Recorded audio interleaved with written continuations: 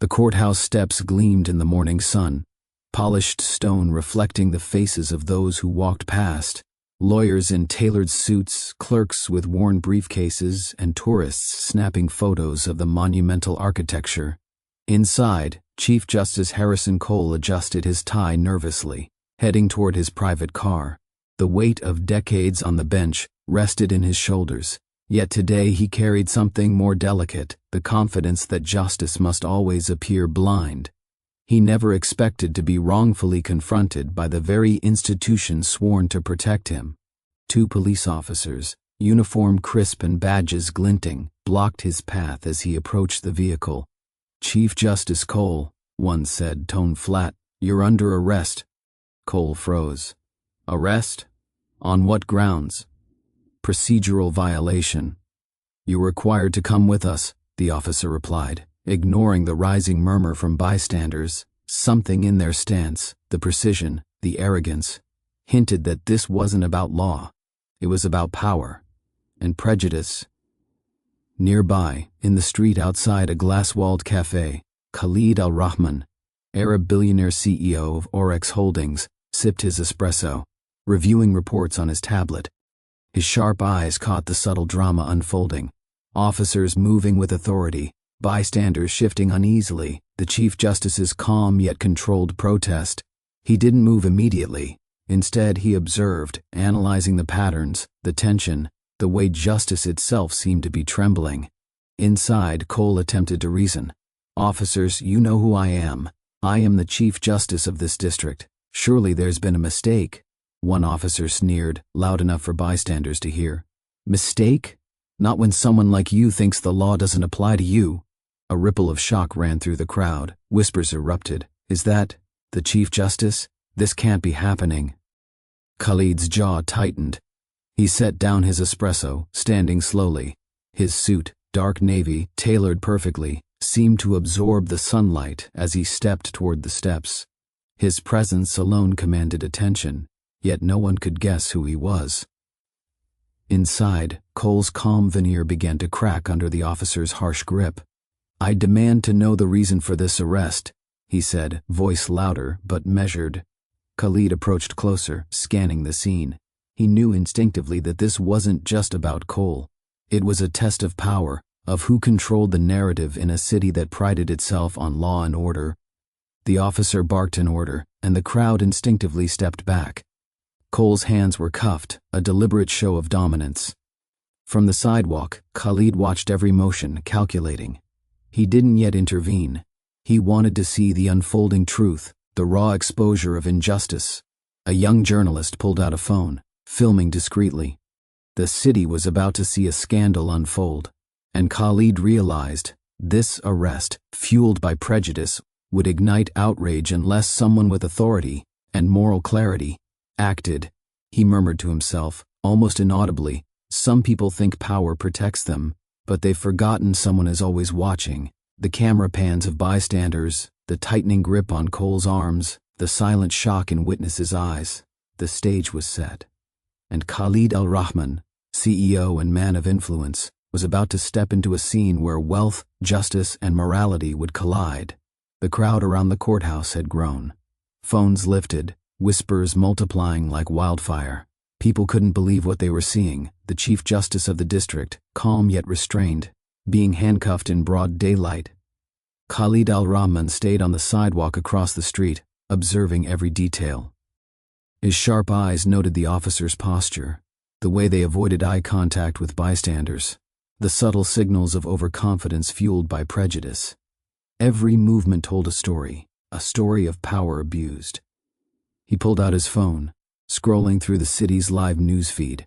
Clips from curious pedestrians had already begun circulating. The hashtags were forming. NDR, Teen Chief Justice Arrest, and BR Police Bias Exposed, and Bidarsh and Khalid's fingers hovered over the screen. But he didn't post anything yet. This wasn't about theatrics. It was about strategy, ensuring that the truth reached the public, but on terms that maximized accountability. Inside the police cordon, Cole's expression remained dignified. "I am the Chief Justice," he said firmly, voice echoing slightly in the morning air. I demand to speak with your supervisor and an attorney immediately. The officer's sneer tightened. That's irrelevant. You will come with us. A mother in the crowd clutched her child, shaking her head. This isn't right, she whispered. From the street, Khalid stepped forward slightly, his movements deliberate but commanding. The crowd instinctively parted, sensing an unspoken authority. Even a few police officers glanced at him, confused by his confidence. He pulled out his phone again, but this time to make a discreet call. The voice on the other end answered instantly. Daniel, Khalid said, voice low but precise. Activate the contacts at the DA's office, send them video evidence, and alert my legal team. We may need to escalate immediately. Daniel's voice came through softly. Understood, sir. Shall I intervene now? Let the arrest proceed just a little further. Let the world see the injustice clearly before we act. Timing matters. Meanwhile, Cole was being guided toward the squad car. His composure was unbroken, but his eyes flicked toward the growing crowd, noticing the disbelief, the outrage, the subtle signs of support. Khalid watched carefully, analyzing the officers' reactions to the whispers and stares. One of the younger officers, uncertain, hesitated slightly before closing the door. That hesitation, brief as it was, told Khalid that not all were comfortable with abusing power. The city's murmurs were building into shouts. Someone recorded the arrest on their phone. Another streamed it live on social media. In less than 2 minutes, this footage would go viral. Khalid turned to Daniel. Once the footage hits the network, I'll go public. But we control the narrative, not them. Justice is about visibility and accountability, not revenge. The crowd shifted as Cole was placed in the vehicle, hands cuffed, but dignity intact. The Chief Justice glanced briefly at the onlookers, then toward the street where Khalid stood, a figure calm, composed, yet radiating the unshakable presence of someone who would not allow this to go unnoticed. As the car doors closed, Khalid murmured, almost to himself, some people wield uniforms as weapons, others wield patience and power. Today, they will see the difference. The cameras continued to roll. The city absorbed the scene in shock, and the arabillionaire, silent, calculated, watching, prepared to intervene at the precise moment justice demanded. The squad car's engine idled at the curb, the Chief Justice seated silently, hands cuffed, while a small cluster of officers debated in hurried whispers. Every pedestrian, journalist, and passerby could feel the tension, the sense that something monumental was happening right here, on these sunlit streets. Khalid Al-Rahman stepped off the sidewalk and approached the officers with measured strides. His navy suit was immaculate, his posture exuding calm authority. People instinctively parted, sensing that this was no ordinary confrontation. Gentlemen, Khalid said, his voice low, deliberate, yet carrying across the courtyard. Would you mind explaining why the Chief Justice of this city is under arrest in broad daylight? One officer, visibly uncomfortable, straightened. Sir, this is a police matter. Ah, Khalid interrupted, and yet it seems to be fueled by something far less professional than procedure. Bias, perhaps? Prejudice? Ignorance? A hush fell over the gathered crowd. Even the most hardened officers felt the weight of his words. Cole, seated in the car, watched carefully. His calm presence contrasted sharply with the officer's tension. When he spoke, his voice was firm but courteous. Sir, I appreciate your intervention, but please, do not compromise the process. I will cooperate, though I see clearly that this is not about law. Khalid's gaze flicked to him. Justice is compromised every day, Chief Justice. Today, it doesn't have to be. One of the officers, younger and hesitant, glanced at his partner, then at Khalid. Sir, who are you? I am someone who refuses to watch injustice unfold without accountability, Khalid said softly, and I happen to have the means to ensure it is addressed appropriately. He pulled out a sleek tablet, tapping a few keys. Within moments, a screen displayed aerial footage from a nearby security camera, showing the arrest from angles the officers hadn't noticed. The evidence was clear. There had been no legal basis, only prejudice and action. The lead officer's jaw tightened. This doesn't change anything. You can't. Watch, Khalid said, stepping closer. Because the city sees, the media sees, and the world will see if you continue down this path, and you will be accountable. Nearby, journalists began filming him and the scene. The murmurs grew louder. "Who's that man?" "He's confronting the police. Look at him. He owns the city." Cole's eyes met Khalid's briefly. "You understand exactly what this is, don't you?" Khalid nodded. "I do. But understanding isn't enough. Action is required. Today we correct a wrong in real time. We remind everyone that the law is not a cloak for prejudice." He turned back to the officers. "Release him. Unhand him. Now." The lead officer hesitated, glancing at his colleagues and then at the cameras. Slowly, reluctantly, the cuffs were removed. Cole stood, straightening his jacket, dignity intact but his expression solemn. Khalid stepped aside as the Chief Justice regained his composure. The crowd murmured appreciation, journalists snapped photos, and the city absorbed the spectacle. A billionaire intervening to defend justice, not for himself, but for the law itself. As Cole nodded politely to Khalid, the billionaire whispered, almost to himself, "Some wear power as a weapon. Others wield it as a shield.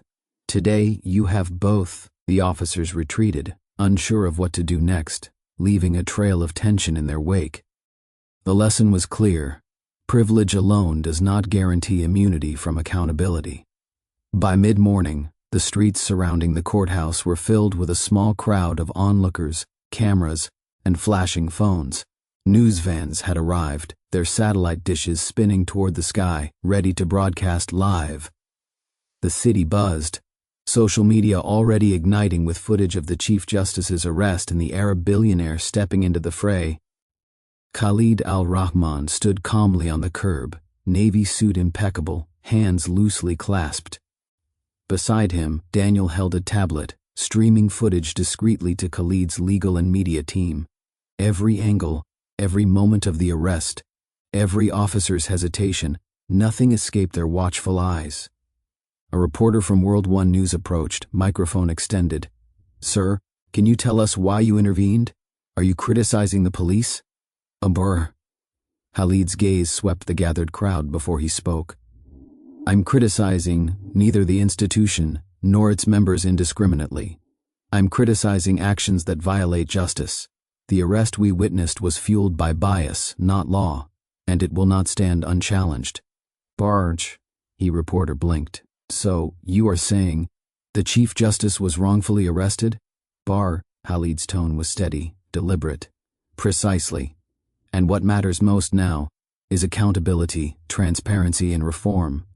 Not spectacle." Whispers spread through the crowd. Passers-by raised their phones. Footage was being recorded from multiple angles. Within minutes, it would go viral. Meanwhile, officers who had made the arrest shifted uneasily.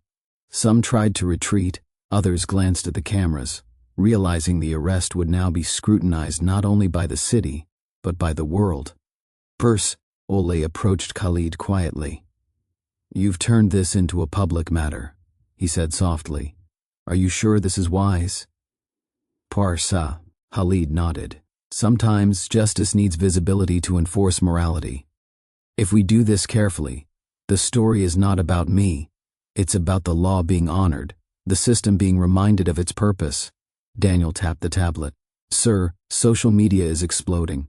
Hashtags trending, millions of views already. People are calling this the billionaire who defended justice." Khalid allowed a faint smile. "Good, let the narrative be clear. Wealth does not shield wrongdoing. Courage does." Nearby, reporters jostled, asking questions, snapping photos. The Chief Justice, regaining his composure, addressed the crowd himself. "This incident was unnecessary and wrong. I am grateful for those who intervened to uphold justice. Let this serve as a reminder that the law applies to all, without exception." The officers stood awkwardly, uncertain how to respond. Their uniforms remained crisp, but their authority had been publicly questioned. Khalid observed silently, noting every micro-expression, the flicker of guilt, the hesitation, the awareness of accountability. One of the younger officers whispered to a colleague, "We underestimated him." Khalid's eyes flicked to them briefly. "Never underestimate the power of principle," he murmured under his breath. The crowd began to disperse slowly, the media footage already live streaming to millions online. Khalid and Daniel moved strategically, coordinating with legal teams and public relations experts to ensure the truth was communicated without distortion. By the time the Chief Justice returned to his car, the story was no longer just about an arrest. It had become a citywide moment of reckoning. Khalid watched the car pull away, sunlight glinting off its polished surface, and murmured, "Injustice thrives in silence. Visibility is its first enemy. Today we began to correct it." By late morning, the courthouse plaza had emptied slightly, but the media lingered, cameras focused on every movement. Inside the precinct nearby, whispers circulated among officers. The arrest of the Chief Justice had become a public scandal overnight. Khalid Al-Rahman arrived at the precinct in a sleek black sedan, stepping out with calm precision, navy suit tailored perfectly, shoes polished, presence commanding. Daniel trailed behind, carrying documents, phones, and evidence carefully curated from the morning's events. Inside, the commanding officer, a tall man in his 50s with graying hair, rose immediately. "Mr. Al-Rahman, Khalid held up a hand. "Let's be clear, this is not about me. It is about accountability. Your officers acted with prejudice, not justice. You will address this immediately." The officer hesitated, shuffling papers nervously. "Sir, they were following orders. Protocol." "Protocol?" Khalid's voice remained calm but carried weight like steel. "Protocol that masks discrimination is not law. It is cowardice disguised as procedure." He placed the tablet on the desk, looping the footage of the wrongful arrest. Every detail, every officer's expression, every moment of intimidation was clearly visible. The room went silent. A younger officer murmured, "Sir, we didn't expect someone to watch this unfold." Khalid's eyes met his. "That is precisely the point. Someone is watching, someone with the authority to ensure truth is enforced. And today, that someone is me." He gestured toward the senior officer. "Suspend the two officers involved immediately. Not for punishment alone, for re-education, for acknowledgement, for accountability. And notify your department publicly. Bias will not be tolerated, no matter the rank or badge." The senior officer nodded, swallowing. "Understood, sir. We will comply." Khalid leaned slightly forward, voice softening just enough to convey the moral weight of his words. "I want this known clearly. Power is a tool. Its true measure is in protecting the powerless, not suppressing them. Every officer in this department should understand that principle." Daniel recorded discreetly, sending updates to legal teams, press contacts, and social media channels. By the time the world saw it, the story would be clear: influence used for justice, not spectacle. Outside, the Chief Justice emerged from a side door, adjusting his jacket. "Mr. Al-Rahman, I cannot thank you enough. You've turned an unjust act into a lesson for the city, for the nation." Khalid nodded. "I did not act for thanks. I acted because someone must. Today the law is stronger for it, and the city is reminded that justice cannot be compromised by bias." Reporters crowded the plaza again, phones raised, cameras flashing. Khalid addressed them carefully, each word deliberate. Visibility is crucial. Accountability is mandatory.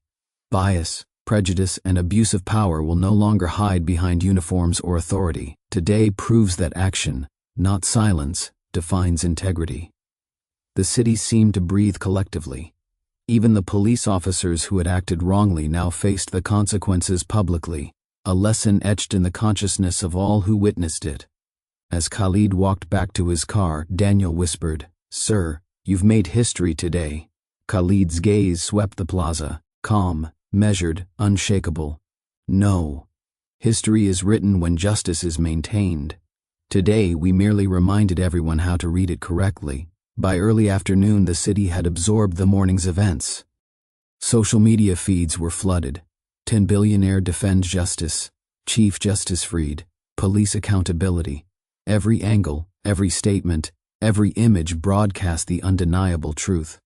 Khalid Al-Rahman stepped onto a quiet terrace overlooking the city, Daniel beside him, tablet in hand. From this vantage, the chaos below appeared orderly, controlled, but Khalid knew the impact of the day would ripple far beyond the streets. "The officers have been reassigned," Daniel reported. "Statements issued. The city and media have accepted the narrative. Khalid nodded. Good. But this isn't about optics, it's about principle. Those who wield power must be reminded, often publicly, that the law applies to all, without exception. Hepburn Cole emerged nearby, still dignified despite the morning's ordeal. Your intervention was extraordinary, he said. You didn't just protect me. You reminded everyone in this city what justice truly means. Khalid glanced at him. I acted because injustice thrives in silence, and power without conscience only perpetuates it. Today we interrupted that cycle. Important. A soft wind swept across the terrace, and Khalid's eyes followed the city skyline. He could see police stations, courts, office towers, every institution, every building, a reminder of authority and responsibility. He understood, more than most, that influence was meaningless unless it served humanity. Nearby, a group of reporters approached one final time, microphones poised. Khalid spoke directly, measured, calm. Today proves that truth is visible. Courage is influential, and justice is not something we grant selectively. It is something we defend relentlessly, without fear or favor. He stepped back, letting the moment linger. Cameras captured the quiet strength of a man whose wealth and influence were tools, not shields, not weapons, for the protection of the innocent. Cole, watching him, smiled faintly. Perhaps one day, others will remember this lesson without needing intervention. Khalid's gaze softened, just a little. Perhaps. But until then, someone must always be watching. The city continued its rhythm below, oblivious to the quiet satisfaction of justice restored. And in that moment, Khalid Al-Rahman, arabbillionaire, CEO and moral witness, became not just a figure of influence, but a guardian of principle. Power, when wielded without conscience, becomes oppression. Authority without accountability becomes tyranny. But influence used to defend the powerless, that is the measure of true leadership. Justice is not a privilege reserved for the few. It is a responsibility that demands courage, visibility, and decisive action. Today, the streets of New York witnessed what happens when one man refuses to stand by, when morality confronts prejudice, when courage becomes action. Khalid Al-Rahman's intervention reminds us all, the world may be filled with injustice, but each of us holds the power to witness, to act, and to restore balance. True strength lies not in wealth, position, or fame, but in the unwavering commitment to do what is right. Even when the world expects silence, the city moved on, the sun shone brighter, and the lesson endured. Justice is not just a word, it is a responsibility. And sometimes it takes a witness with courage, conviction, and the power to act to remind humanity of its value.